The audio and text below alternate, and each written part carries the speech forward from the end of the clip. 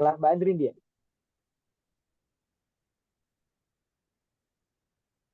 Halo, selamat sore Mbak. Bagaimana kabarnya? Selamat sore, apa kabar semuanya? Semuanya, semoga selalu semangat ya Mbak ya. Kali ini kita akan bahas terkait cerpen nih dengan Mbak Andrin dia. Oh iya Mbak, ini udah ada testimoni nih Mbak terkait kelas kemarin. Katanya rame, banyak ilmu baru soal teknik tulisan yang saya dapat, baik tentang struktur tiga babak, cara mencari ide mengolahnya, serta referensi buku yang bisa dijadikan acuan untuk menulis. Dan juga ada juga ini membahas terkait dulu kuliah di sastra, tapi nggak pernah diajar detail tentang sudut pandang tokoh seperti yang dijelaskan Mbak Doni kemarin. Jadi semangat banget untuk nulis cerpen atau novel, ilmunya bikin pede. Thanks Mbak Noni juga segenap admin Kompasiana. Dan tentunya nanti kita akan ngebahas juga di sini bersama Mbak Drindia ya Mbak ya. Materi terkait Ya, akan kita kupas tuntas secara bisa-bisan. Jadi teman-teman bagi yang mau bertanya disiapkan dulu pertanyaannya atau bisa langsung dimasukkan ke dalam komentar. Nanti setelah sesi Q&A, setelah kita masuk sesi Q&A bisa langsung ditanyakan langsung ke Mbak Andrindia. Dan jangan lupa untuk siapkan kertas, buku atau notnya serta pulpennya alat tulisnya nanti untuk materi yang disampaikan oleh Mbak Andrindia jangan lupa kalian tulis hal-hal pentingnya supaya nanti dapat berguna juga ke tugas-tugas nanti di akhir akan kita informasikan. Baik, Mbak Andrindia sudah siap memberikan kelas pada sore hari ini? insya Allah siap. Baik, kami persilakan kepada Mbak Andrindia. Oke, semuanya selamat sore. Sebelumnya saya ucapkan selamat untuk teman-teman yang terpilih ya 20 peserta yang berhasil untuk ikutan bootcamp KKN.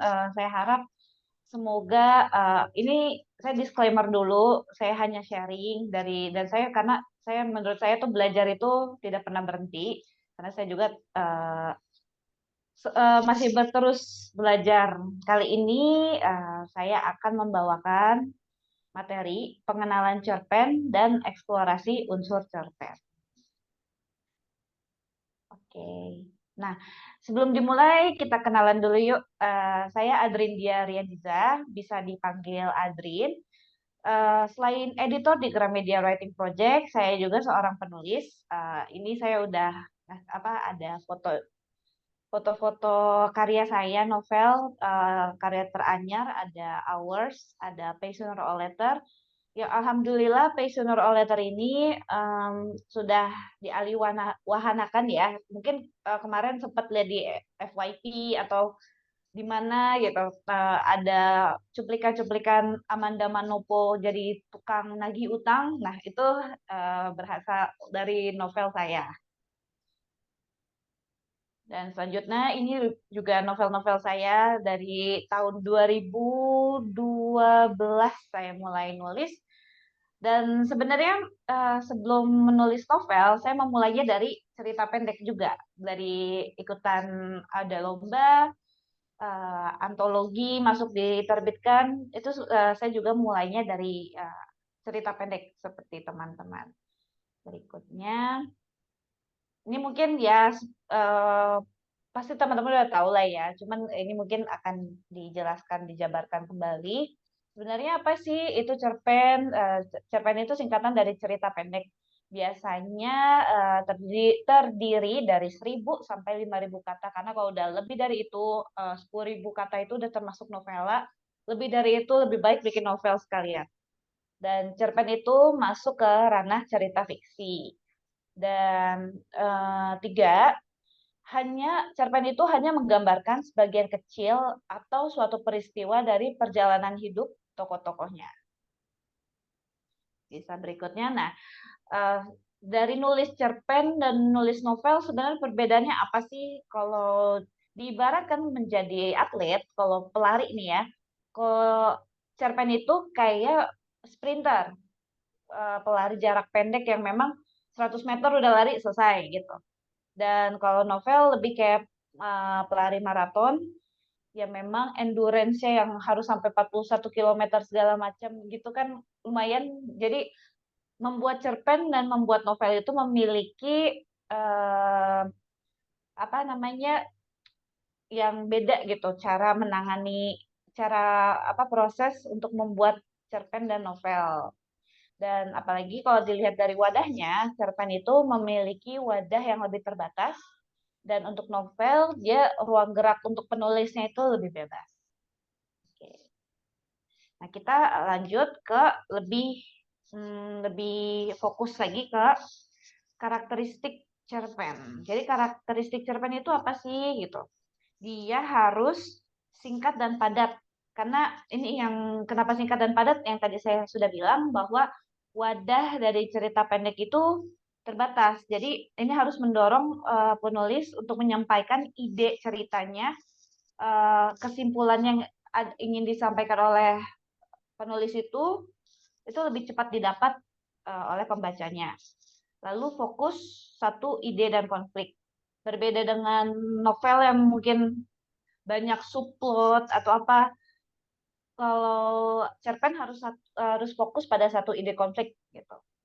Dan kalau pengembangan karakter memang di cerpen itu agak terbatas ya, karena hanya digambarkan secara kasar dengan ciri-ciri yang paling penting yang menggerakkan cerita tersebut, cerita pendek tersebut, dan relevan dalam plotnya. Karena kalau tidak, itu akan menyia-nyiakan, bukan menyia-nyiakan juga ya, akan lebih tidak fokus ceritanya. Dan selain itu ada struktur yang sederhana. Struktur yang sederhana itu struktur naratifnya eh, pada umumnya itu memiliki eksposisi, yaitu pemaparan singkat, ada konfliknya, klimaks dari cerita itu, dan penyelesaian atau resolusi yang cepat gitu. Kalau novel sebenarnya terdiri dari hal yang sama ya, ada tokoh yang terkena hambatannya apa, punya keinginan apa, terkena hambatan apa, terus bagaimana cara menghadapinya, sebenarnya sama itu. Tapi perbedaannya adalah kalau cerpen itu kita ngasihnya lebih cepat, kalau novel memang lebih panjang, apalagi ditambah subplot dan lebih banyak tokoh-tokoh lainnya. Dan karakteristik cerpen itu pun harus efisien dan efektif dan efisien. Setiap kalimat yang digunakan harus berkontribusi signifikan untuk alur cerita. Jadi hindari kalimat majemuk. Bahkan sebenarnya saya sebagai editor dan penulis, saya akan menghindari yang namanya kalimat majemuk. Karena kalau kebanyakan koma, terus em dash, terus lainnya itu mungkin sebagai penulis kita merasa ini pasti mudah ditangkap kok. Tapi ternyata pembaca membutuhkan, jangan sampai baca berulang kali baru mengerti, oh ini maksudnya penulis itu tuh seperti ini. Makanya saya selalu menghindari kalimat majemuk. Berikutnya eh, itu tadi karakteristik cerpen. Sekarang kunci membuat fiksi. Ini harus diingat banget ya, karena ini juga salah satu yang menjadi penilaian seleksi dalam cerita pendek di KKN juga, yaitu ada narasi. Kalau narasi itu sendiri dia sebentar. Itu harus penggunaan kalimat efektif, terus gaya bahasanya seperti apa, penggunaan kata hubung dan penggunaan kata ganti orang itu termasuk ke narasi. Dan kalau misalkan deskripsi seperti yang udah dijabarin, deskripsi itu menggambarkan orang, latar, suasana, dan pergerakan tokoh. Ini usahakan untuk mendeskripsikan tuh dengan menggunakan panca indera yang dimiliki manusia. Jadi itu show don't tell, walaupun sebenarnya telling pun tidak terlalu buruk, hanya saja mungkin akan lebih pembaca masuk ke dalam cerita karena diberikan pengalaman dari indera-indera yang digunakan oleh penulis ke dalam ceritanya. Interaksi, nah dialog, penggunaan dialog teks ini juga penting, dan bagaimana tektokan ceritanya, tektokan dialog antar tokohnya tuh terasa ternyata realitas gitu. Kalau dilihat tuh kok nggak kaku atau apa kayak gitu. Soalnya ini juga termasuk yang beberapa kemarin saya lihat di naskah-naskahnya, ini masih ada yang kesalahan menggunakan dialog teks. Jadi ini sebenarnya kalau teknis saya mungkin bisa cari teman-teman cari sendiri karena itu apa ya, informasi di internet itu kan tidak terbatas banyak. Jadi memang bisa dicari teknisnya, tapi paling saya hanya akan mengingatkan apa aja sih yang perlu diperhatikan. Ini kan cerita pendeknya sudah lolos nih. Terus pasti mau kan dipoles lagi jadi lebih bagus gitu. Suasuntingnya gimana, revisinya gimana, itu yang juga harus diperhatikan. Dan mohon diingat, Pak, satu paragraf itu memuat satu pikiran utama. Jadi jangan sampai paragrafnya tuh panjang banget, udah panjang terus nggak tahu intinya apa gitu. Itu sebenarnya nanti pembaca bingung ini mau menceritakan apa sih sebenarnya gitu. Dan mohon diingat, paragraf juga jangan terlalu panjang agar pembaca tidak bosan dan tidak lelah. Apalagi melihat melihat karakter pembaca Indonesia memang lebih suka yang paragrafnya nggak terlalu panjang. Ya pokoknya sesuai sesuai dengan ceritanya sih, kebutuhan cerita. Hanya saja memang kenyataannya memang kalau lebih baik jangan panjang-panjang, karena sudah kayak saya aja sebagai pembaca ngelihat paragraf panjang kadang suka terintimidasi duluan gitu. Oke, berikutnya setelah itu genre. Ini juga pasti teman-teman waktu pas mau ikutan KKN pilih yang mana ya, pilih kocak atau yang pilih horor atau cinlok gitu. Jadi kemarin sudah mendapatkan, kalau dari Noni kan sudah mendapatkan ide. Nah, ini ide itu harus diapain nih untuk menjadi cerita pendek? Yang pasti pilih genre dulu. Karena sebelum mengeksekusi cerita pendek, penulis juga harus menentukan genre. Kenapa? Karena ada 4 hal utama yang akan terpengaruh penentuan genre ini.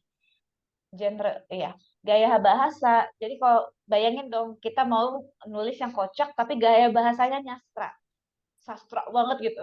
Ya ada apa, ide kita, kelucuan yang kita ingin tampilkan malah mungkin nggak nyampe ke pembaca. Pembaca malah bingung ini maksudnya apa sih. Dan karakterisasi, kalau misalkan yang kocak kita kasih apa yang misterius tokohnya terus kaku kayak gitu, itu mungkin lebih cocok untuk genre horor atau itu gitu.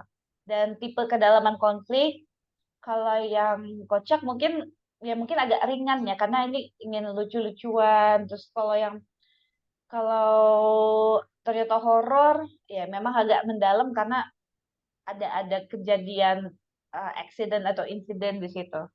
Lalu setting setting juga mempengaruhi bagaimana cara bawa suasana dari cerita pendek.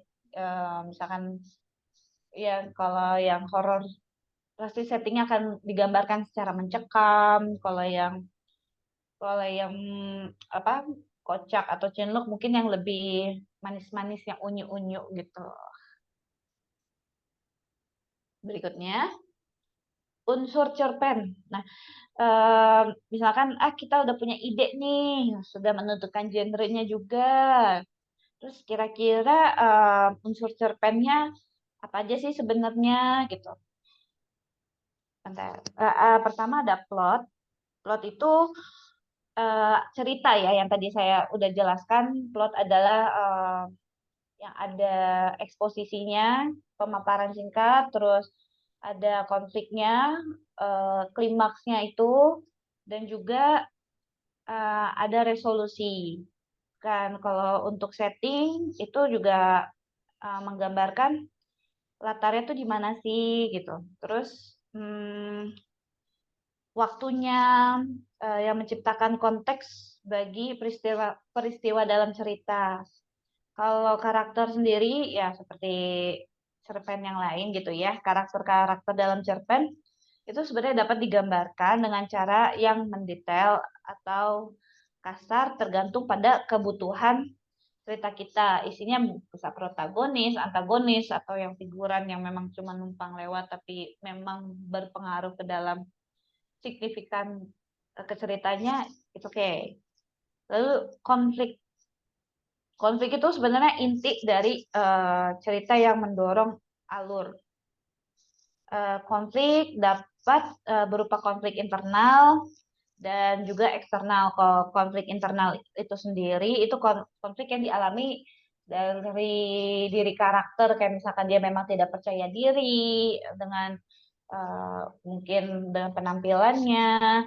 Sementara kalau misalkan yang eksternal, sebenarnya dia udah percaya diri nih sama bentuk badannya, tetapi ada omongan-omongan dari orang lain itu mungkin karena kalau di sini agak gemuk ya, agak kurang apa yang kemarin baru tuh aura maghrib, wah itu jahat banget gitu, aura maghrib gitu kan, padahal sebenarnya dia baik-baik aja karena ada faktor eksternal yang omongan dari orang lain dia akhirnya menjadi memiliki konflik itu gitu, kayak wah ya udah misalkan dia mau lihat aja ya nanti saya auranya aura subuh gitu atau apa gitu.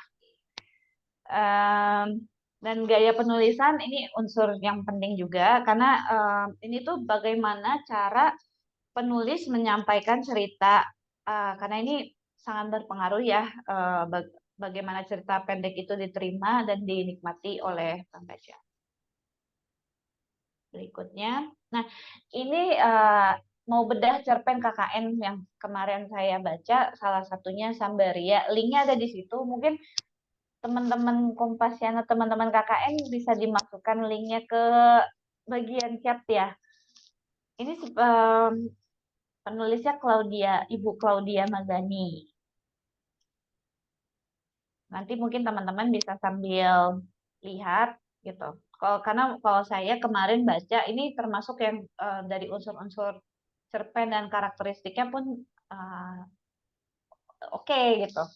Dari gaya dan tata bahasanya, narasinya itu yang digunakan cukup mengalir dan memudahkan pembaca untuk larut dalam cerita. Saya pun waktu pas baca langsung, wah ini kayak lagi didongengin, enak banget nih gitu. Uh, dan pembukanya itu diawali oleh kisah rakyat kayak yang memperkenalkan cerita.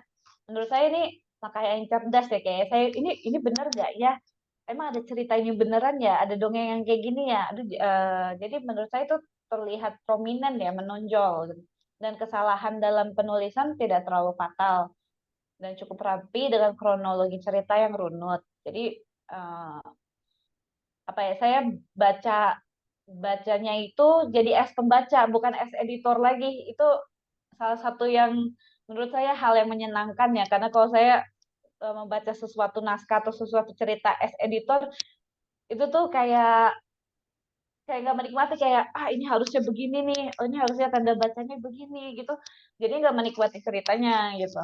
Kayak saya selalu bilang kalau penulis memang kalau bisa apa tulisannya rapih ya, karena kalau dari tulisan rapi, saya akan merasa ceritanya akan jauh lebih matang karena editor itu sendiri bukan bertugas hanya untuk mencari salah ketik, mana yang baku dan tidak baku, sama sekali tidak. Karena kalau misalnya penulis udah punya dasar penulisan yang baik, itu akan memudahkan editor untuk menyelami alur ceritanya, bakal lebih fokus ke ceritanya. Ceritanya ini bisa dikembangkan lagi seperti ini loh, atau misalkan ini dikurangin agak dikurangin ya, ini kayaknya agak dragging nih, agak seret-seret konfliknya, seperti itu sebenarnya. Jadi makanya menurut saya penulis memang, karena saya juga penulis dan masih berlatih belajar terus gitu. Jadi kalau tulisannya udah rapi, seenggaknya ceritanya saya menganggap jauh lebih matang. Gitu. Kalau untuk penokohan, karakterisasi karakter-karakter yang ada di dalam cerita Sambaria ini, menurut saya cukup dijabarkan ya. Jadi tidak hanya sekedar fisik kayak mungkin apa Tambun atau apa rambutnya keriting, tidak hanya seperti itu, tapi kebiasaan-kebiasaannya juga. Jadi saya merasa tokoh di dalam cerita ini tuh seperti hidup, memang seperti saya melihat mereka sebagai film, kayak misal mereka punya personalitas, identitas. Jadi bukan identitas saja ya fisik, tapi ada personalitasnya juga, dan cukup terasa hidup dan tidak sekedar numpang lewat. Jadi memang setiap karakter memiliki memiliki perannya masing-masing. Jadi bukan, kalau kan kalau figuran kasihan ya sebenarnya. Dan dari deskripsi yang tadi saya bilang apa sih kekuatan kuncinya nah, cerita fiksi kan tadi narasi, terus ada deskripsi dan ada interaksi, dan salah satu deskripsi ini kan latar dan tempat dan waktu.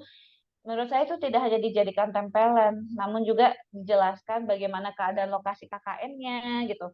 Dan bukan hanya lokasinya seperti apa, tapi kan tiap lokasi itu memiliki kultur yang berbeda ya, budaya, apa cara kebiasaan, apa cara bersehari-hari yang beda. Nah, ini menurut saya kelihatan. Jadi kayak bukan bukan hanya tempelan. Jadi saya benar-benar bisa tenggelam dalam ceritanya itu. Dan lini waktu yang digunakan dijelaskan itu sebenarnya subtil ya, agak halus banget. Tapi kelihatan oh ini alurnya apa sorry setting waktunya ini agak lawas nih gitu, agak jadul karena belum ada teknologi-teknologi yang memudahkan untuk kita sekarang gitu. Dan untuk segi konflik ceritanya itu sendiri, ini kan masuk ke dalam ranah kocak ya. Memang konfliknya bukan cerita yang menggelitik kayak bikin ha, tapi berhasil membuat senyum-senyum karena perasaan nostalgia gitu, karena geli juga. Kayak kesulitan di KKN tanpa adanya PAM ataupun jamban dibalut dengan rapi. Jadi tidak terlalu berlebihan usaha untuk melucu. Karena menulis itu menurut saya kayak minum obat sebenarnya ya. Dosis gitu. Ada dosisnya, kalau dosisnya tepat itu enak banget. Kalau dosisnya kurang penyakitnya kan gak sembuh. Kalau dosisnya kelebihan malah mungkin malah menimbulkan penyakit baru overdosis. Jadi memang harus pas-pas ya gitu. Terus gimana cara tahu bisa bikin yang pas gitu? Saya nggak bakal bilang wah harus gini-gini.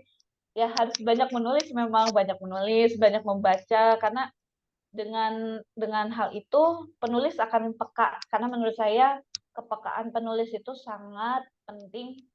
Jadi kayak misalkan akhirnya belajar caranya gini loh, bikin kalimat-kalimat ngehook gitu, kayak pembaca sampai nge-quote yang anotasi banyak banget, atau kayak ini page turner nih, wah jadi itu cliffhanger kayak gini, semacam kayak gitu. Ini saya hanya membedah salah satu cerpen KKN aja gitu, tapi mungkin ini bisa dijadikan gambaran apa apa aja sih yang diharapkan untuk bisa memoles cerita pendeknya itu gitu, untuk lebih yang pasti kan uh, kita sebagai penulis ingin yang terbaik ya gitu, tapi tetap yang paling karena kita tidak bisa membuat semua orang senang, yang penting kamu senang dulu, kamu bangga sama karya kamu sendiri.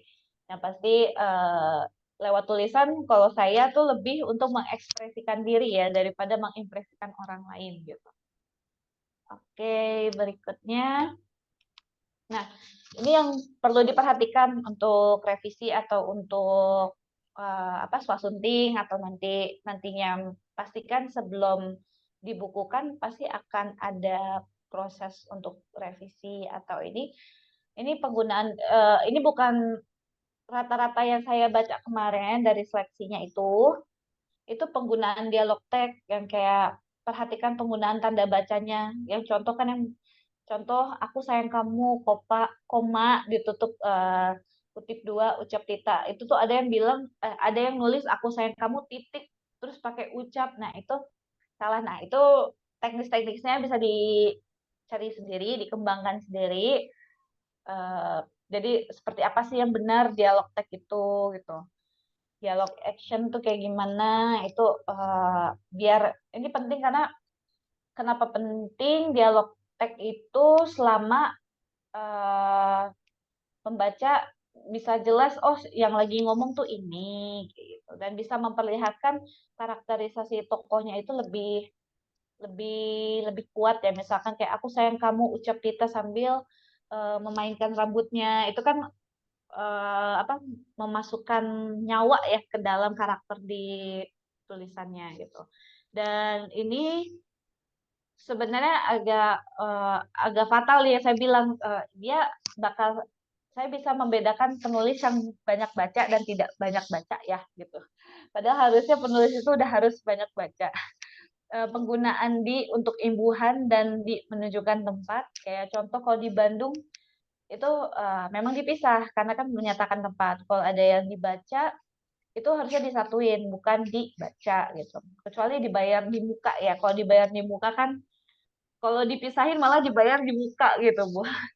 Jadi memang ini harus diperhatikan karena saya sendiri kalau sharing lagi pengalaman seleksi naskah novel yang masuk ke Gramedia Writing Project, yang akan saya lihat ini 10 halaman pertama, saya akan lihat bagaimana eksekusi ceritanya gitu.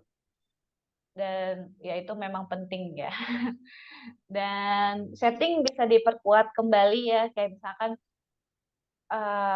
bisa pengalaman si yang dirasakan oleh tokoh di dalam cerpennya bisa lebih kerasa di pembaca. Sepertinya sih sudah selesai. Udah thank you itu katanya. Thank you. Terima kasih, semoga membantu ya. Gitu. Ya, kakak host boleh. Mbak Indrindia atas materinya terkait cerpen ini. Jadi kalau dapat saya tarik kesimpulan ya Mbak, ya, mungkin mohon maaf misalkan ada hal yang kurang tepat.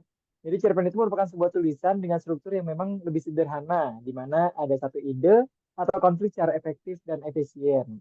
Dan juga dalam menulis harus sangat tepat ya Mbak ya, karena untuk menulis cerpen itu ada istilahnya seperti minum obat. Jadi dosisnya tepat, waktunya harus tepat supaya enak dibaca juga dan ngalir juga dalam membacanya gitu. Jadi tadi teman-teman harus memperhatikan untuk penggunaan dialog teks, penggunaan kata di dan juga setting diperkuat kembali seperti itu.